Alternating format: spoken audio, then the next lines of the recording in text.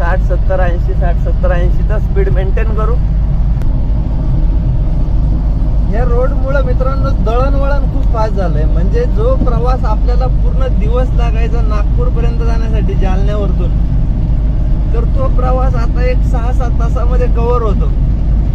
पण हा रोड बनवून काय साध्य झालंय हे कळत नाहीये. जर तुमचा प्रवास फास्ट झालाय तर त्याच्याबरोबर ते ऍक्सिडेंट तेवढे वाढलेत.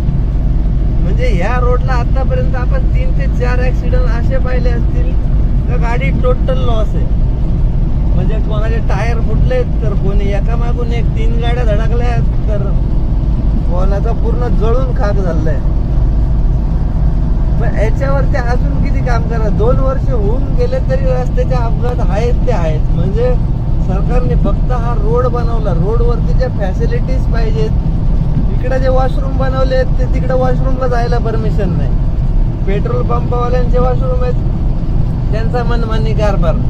हॉटेलवाल्यांचा वेगळाच मनमानी कारभार, कारण हॉटेल नाही आहेत आणि जे हॉटेल आहेत तिकडे क्वालिटी नाही आहे.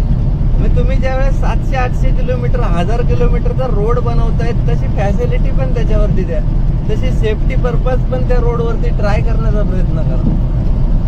तर ते तुम्हाला डेव्हलपमेंटमध्ये फायद्याचं ठरू शकतं. नाही तर तुम्ही नुसतंच इन्फ्रास्ट्रक्चर वाढवलंय, सरळ टू सरळ हायवे बनवलाय, पण हायवेवरती सुरक्षेचं काय? सुरक्षेचा काही एक सोर्स नाही आहे याच्यावरती.